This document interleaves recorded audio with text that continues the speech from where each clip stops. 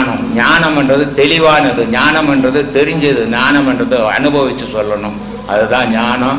அப்படிப்பட்ட ஞானத்தை சொல்லுங்க மக்களுக்கு, நல்லது. யார் சொன்னாலும் பரவாயில்ல, நீ அனுபவித்து சொல்லு, சந்தோஷமான விஷயம். நீயே உனக்கே தெரியாத நீ போய் ஒளறி கெடுக்காத எல்லாரையும். அது மாதிரி இன்றைக்கி நிறைய இடத்துல நடந்துங்குது. இங்கே வராங்க, அது பாவமாக இருக்குது நமக்கு, நம்ம ஒன்றும் சொல்கிறதுக்கு இல்லை. இருந்தாலும் இதை என்னுடைய தயவோட பணிவோடு கேட்டுக்கிற, ஞானம்ன்றது தெரியாத உபதேசங்களை கொடுத்து கெடுக்காதீங்க யாரையும். தெரிஞ்சால் முறையோடு கற்றுக்குன்னு நீங்கள் பண்ணுங்க, தப்பு இல்லை. தெரியாமல் கொடுக்காது. நீ பாடம் வாங்கிக்கிறேன்னா பாடத்தை பண்ணிக்கினே போ. இன்னொரு விஷயத்தெல்லாம் யோசித்து நீ உட்காந்துனாக்கா பாடம் பண்ண முடியாது சரியா ஒன்றால். அதனால் அதெல்லாம் யோசிக்கக்கூடாது. எது நடந்தாலும் அதெல்லாம் அங்கங்கேயே போட்டுட்டு போயிடணும். அதை எடுத்துக்கின்னு நீ படுக்கையிலெல்லாம் வந்துட்டு பூஜை பண்ணுறதுல தியானம் பண்ணுறதுல எல்லாம் வச்சுக்கினீன்னா அந்த ஞாபகம் தான் வந்துக்கினே இருக்கும் திரும்பி திரும்பி. அதனால் அந்த மாதிரி இருக்கக்கூடாது, அதெல்லாம் அங்கங்கேயே விட்டுடணும். எது உறவு, யார் உறவு? உன் பொண்டாட்டி உனக்கு உறவா? நீ பொண்டாட்டிக்கு உறவா? உன் பிள்ளைக்கு நீ உறவா? உன் வீடு கட்டி வச்சுக்கிற வீட்டில் ஒரு ஆள் கொடுத்தனுங்கிற மாதிரி தான் நீ பெற்ற புள்ள உன் உடம்பு நீ செய்த, நீ உன் பொண்டாட்டி சேர்ந்து செய்த உடம்புல இன்னொருத்தன் பூந்துன்னுக்குறான். ஆனால் உன் புள்ள நீன்னா உன்ன மாதிரி இருக்கணும், உன் செயல இருக்கணும், உன்னையே நினைக்கணும். அது ஆனால் நினைக்குமா? ஒதுக்குத. அதனால் இதெல்லாம் அறியாமையில் பண்ணி போட்டு தான் மாட்டிக்கின்னு இன்னைக்கு பல ஆயிரம் பேர் அவதிப்படுறான். வெளியே பார்க்கறதுக்கு பகட்டாக இருப்பான், உள்ளுக்குள்ளே வேதனை அடையிறான். அதெல்லாம் இருக்கக்கூடாதுன்னா எதையுமே முதல்ல உன்னை காப்பாற்றிக்கோ, நீ அப்புறமா பிறரை காப்பாற்று. உன்னை ஸ்டடி பண்ணிக்கோ, அப்புறம் அடுத்தவங்களை ஸ்டடி பண்ணு. நான் ஊரை காப்பாற்றுறேன், வீட்டை காப்பாற்றுறேன், பிள்ளைய காப்பாற்றுறேன், பொண்ணை காப்பாற்றுறேன், உன்னை இழந்துடாத. நீ நல்லா இருந்தீன்னா 1000 பேரை காப்பாற்றலாம். 1000 பேர் நல்லா இருந்தால் உன்னை காப்பாற்ற மாட்டான். அதனால் முதல்ல தன்னை தானே நல்லா இருக்க ஒவ்வொருத்தரும் முயற்சி பண்ணுங்க. அப்போ யாருக்குமே கெடுதல் கிடையாது. அந்த மாதிரி இருக்கும். சொல்லுப்பா. விழுப்புரத்துலேருந்து வரேன். விழுப்புரம், பேர் ராமமூர்த்தி. சரி. கரெக்டாக ஒரு வருஷம் ஆகுது. போன மாதம் ஏழாவது மாதம் வந்தேன். ஒரு வருஷம் ஆகுது. சரி. இந்த ஒரு வருஷத்துல இந்த பாடம் வாங்கி ஒரு மாதம் தான் கொஞ்சம் ஒரு மாதிரியாக இருந்தது. அதுலேருந்து இன்னி வரைக்கும் எந்த பிரச்சனையும் இல்லை. எனக்கு தைரியமாக இருக்கிறேன். நீங்கள் சொன்னீங்கல்ல இந்த பாடத்தில் வந்தால் எல்லாமே இருக்குன்னு. ஒரு நேரத்தில் என்ன பண்ணும், ஒரு நேரத்தில் அப்படியே ஒரு படப்படப்பாக ஒரு மாதிரியாக இருக்கும். இன்றைக்கி எவ்வளோ ஒரு பெரிய ஆபத்து வந்து ஒன்றும் எனக்கு தெரில. அது அந்த என்னன்னே தெரில. அந்த ஒரு சோகம் வரும், ஒரு படப்படப்பாக இருக்கும், உடம்பு ஒரு நடுக்கல் இருக்கும், அந்த மனுஷன் அப்படியே டிக்கெட்டுக்கு நடிச்சிக்கும். இப்போ எதுவுமே இல்லை. எவ்வளோ பிரச்சனை வந்தது, இப்போ வந்தது கூட எதுவும் தெரில எனக்கு. அது மாட்டாது போயினே இருக்குது. ஆனால் அந்த பாடம் பண்ணும்போது பண்ண நீங்கள் வந்துகிட்டே இருக்கிறீங்க. நானும் என்னடா பார்க்குறேன். நான் பண்ண வந்துனே இருக்கிறேன். நீங்கள் வந்துகிட்டே இருக்கிறீங்க, ஆட்டோமேட்டிக்காக வந்துனே இருக்கிறீங்க. ஆனால் அதுக்கப்புறம் பார்த்தா நீங்கள் சொல்கிற மாதிரி அந்த காட்சி மனிதனுடைய வாழ்வு இருக்குது. நீங்கள் சொன்னீங்க, நான் சொல்லிக்கிறேன் உங்ககிட்ட. எங்கள் வீட்டாமல் இருந்துட்டாங்க. நான் அதை பற்றி நான் இது வரைக்கும் கவலைப்படலை. அதாவது அது முடிஞ்சு போன கதை. அந்த மனிதனுடைய வாழ்வு வந்து கற்பனையோடு ஒட்டினது. அந்த கற்பனையில் என்ன பண்ணிவிடுவான், சின்ன சின்ன ஒரு சந்தோஷமான விஷயம் நடந்து வீட்டில் நடக்குதுன்னு சொன்னால் இவன் இல்லாத கற்பனையெல்லாம் கூட சேர்த்துக்குன்னு கக்கா முகான்னு கண்ணு தெரியாத கால் தெரியாத குதிப்பான். அதே நேரத்தில் சின்ன சின்ன ஏதாவது துக்கமான ஒரு விஷயம் நடந்துச்சுன்னா அதில் தேவையில்லாத கற்பனையெல்லாம் சேர்த்துக்கணும். ஒரு மாதம் எழுந்துக்காத உட்காந்து அழுவான். இதுதான் மனிதனுடைய வாழ்வு. ஆனால் இந்த பாடத்தில் வந்தால்னா அந்த கற்பனைகள் இருக்காது.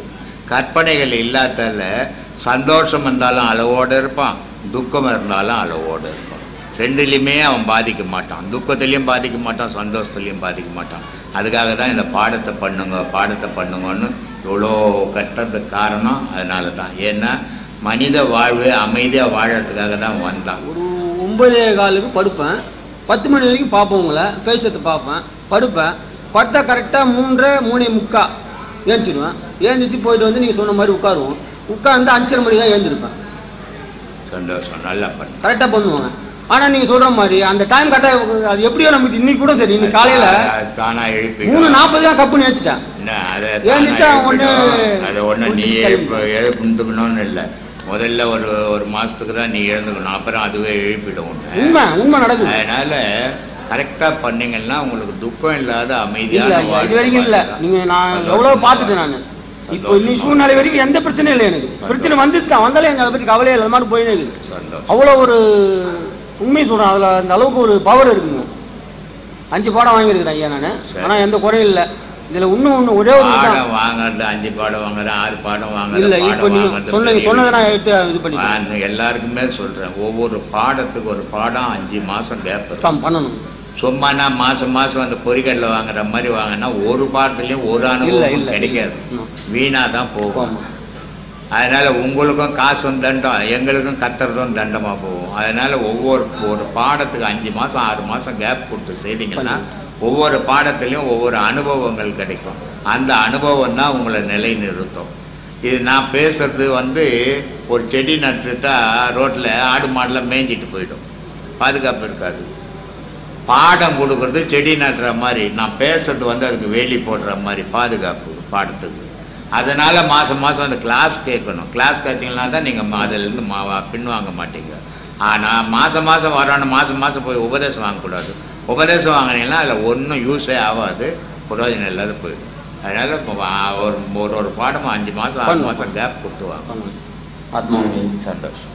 ஐயா வணக்கம், என் பேர் ஸ்ரீஹரி, நான் பெங்களூர்லேருந்து வரேன், வெட்டினரி டாக்டர்.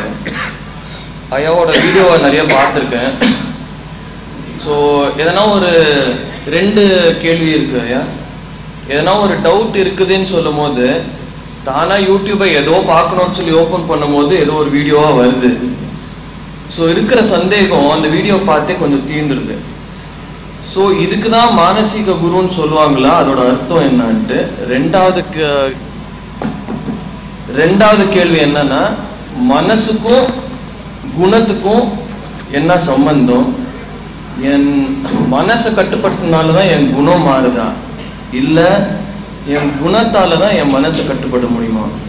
இது 2 கேள்வி. குணத்தாலையும் மனசு கட்டுப்படாது, மனசாலையும் குணம் கட்டுப்படாது, பாடத்தால தான் கட்டுப்படும். ஏன்னா இது 2க்குமே, குணத்துக்கும் மனசுக்கும் அடிப்படை பேஸு உன்னுடைய மூச்சு தான். உன்னுடைய மூச்சு அடங்காத குணமும் மாறாது, மனமும் மாறாது. அதனால் மூச்சு அடங்கணும், மூச்சு அடங்கினா மனம் அடங்கும், மனம் அடங்கினா குணம் அடங்கும், குணம் அடங்கினா புலன் அடங்கும். இப்படி ஒன்றுலேருந்து ஒன்று லிங்க்கு. இது ஏதோ ஒன்று எடுத்து வச்சுக்கிறப்ப வேலை இல்லை, இது தனித்தனி பொருள் கிடையாது, எல்லாம் ஒன்றா ஒரே லிங்கில் இருக்குது. அந்த லிங்க்குக்கு அடிப்படை பேஸ் மூச்சு. அந்த மூச்சு அடங்கணும். முதல்ல மூச்சு உன்னை விட்டு வெளியே போகாமல் உள்ள அடங்கினால்தான் மனம் அடங்கும், மனம் அடங்கினால்தான் குணம் அடங்கும், குணம் அடங்கினால்தான் புலன் அடங்கும். இப்படி ஒன்றில் லிங்க்.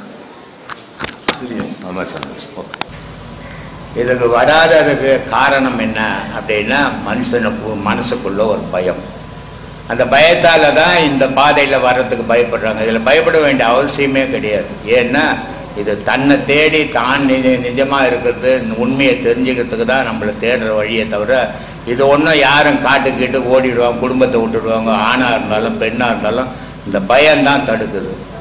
பக்தி அவசியம். இளமையில் இருந்து பிறந்ததுலேருந்து நம்ம பக்தி பண்ணின்னு வரோம். நம்ம தாய் தப்பம் கூட போனோம், அப்புறம் நம்ம தனியாக போனோம், இப்படிலாம் பக்தி பண்ணியிருக்கிறோம். ஆனால் அந்த பக்தியே முடிவு இல்லை, ஞானம்தான் முடிவு. அந்த ஞானத்தை நம்ம தேடணும்னா அதுக்கு ஒரு குரு வேணும், குரு சொல்படி கேட்கணும். அப்போ அந்த ஞானம் தெரியும். ஞானம் தெரிஞ்சால் தைரியம் வரும், பிறப்பை தவிர்க்கலாம். ஒரு பிறவியில் இது முடிஞ்சிடுற காரியம் கிடையாது, பல பிறவிகள் தேவைப்படுது இதுக்கு. அந்த பல பிறவிகளில் இந்த பாதை வர்றதுக்குன்னா 3 விஷயந்தான் மனுஷனுடைய இறப்பில் கூட வர்றது. எந்த தாய் தாப்பனும் கூட வரப்போதில்லை, அக்கா தங்கச்சி கூட வரப்போதில்லை, அண்ணன் தம்பி கூட வரல, புருஷன் பொண்டாட்டி கூட வரப்போதில்லை, சொத்து சுகம் கூட வரப்போதில்லை.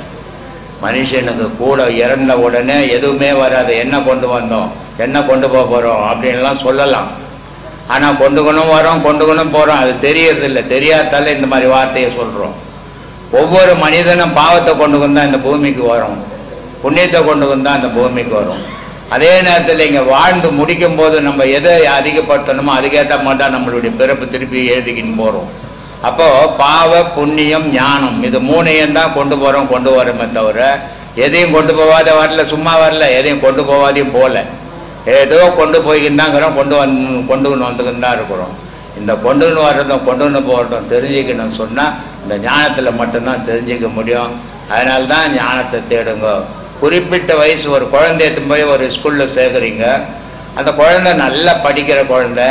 ஆனால் 10 வருஷம் அது ஒரே கிளாஸில் படிக்க வைப்பீங்களா? படிக்க வைக்க மாட்டேங்க. ஏன்? ஒரு வருஷம் ஃபெயில் ஆகி போச்சுன்னா கூட வேறு ஸ்கூலுக்கு செலவு பண்ணி மாற்றுறீங்க. அப்போது மாறணும், ஒரு இதுவாக மாறணுன்றதுக்கு தான் அந்த மாதிரிலாம் பண்ணுறீங்க. 1ஆம் கிளாஸ் படித்தது, எலிமெண்ட்ரி ஸ்கூலில் படித்தது, அப்புறம் ஹை ஸ்கூலில் படித்தது, அப்புறம் காலேஜ் படித்தது, அப்புறம் வேலைக்கு போச்சு. அப்போ 4 பதம் அது ஸ்கூலில் சேர்க்கறதுக்கே தேவைப்படுது. அது வேலைக்கு போய் தானாக பழைக்கிற வரைக்கும். அதே மாதிரி ஞானத்தில் சரியை, கிரியை, யோகம், ஞானம்னு 4 பதம் இருக்குது. அந்த ஞானையும் கடந்தால் தான் நம்ம கடவுளை அடைய முடியும். அதுக்காக தான் இதெல்லாம் பண்ணுறோம், இதெல்லாம் நடத்துகிறோம்.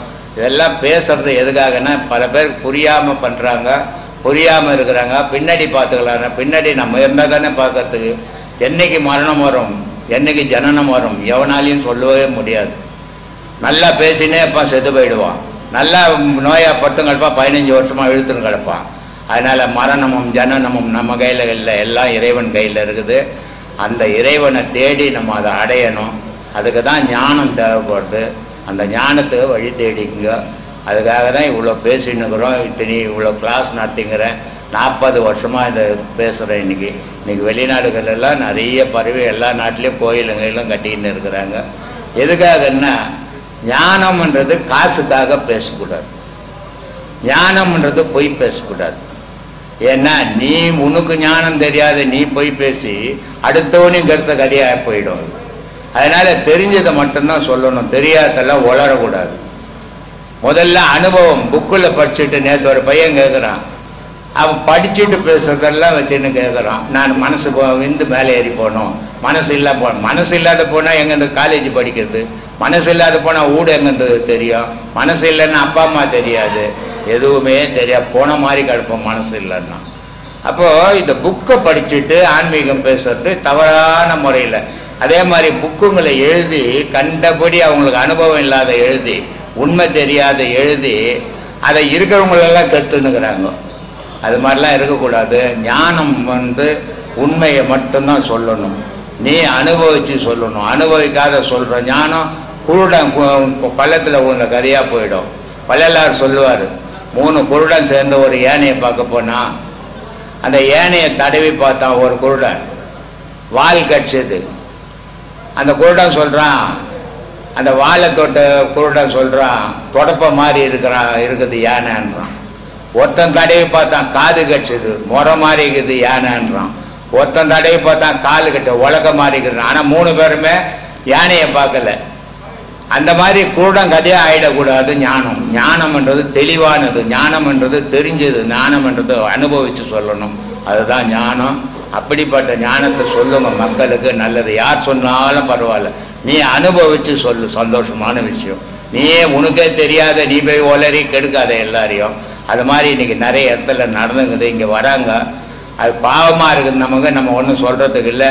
இருந்தாலும் இதை என்னுடைய தயவோட பணிவோடு கேட்டுக்கிற, ஞானம்ன்றது தெரியாத உபதேசங்களை கொடுத்து கெடுக்காதீங்க யாரையும். தெரிஞ்சால் முறையோடு கற்றுக்குன்னு நீங்கள் பண்ணுங்க, தப்பு இல்லை. தெரியாமல் கொடுக்காதீங்க. நன்றி, வணக்கம்.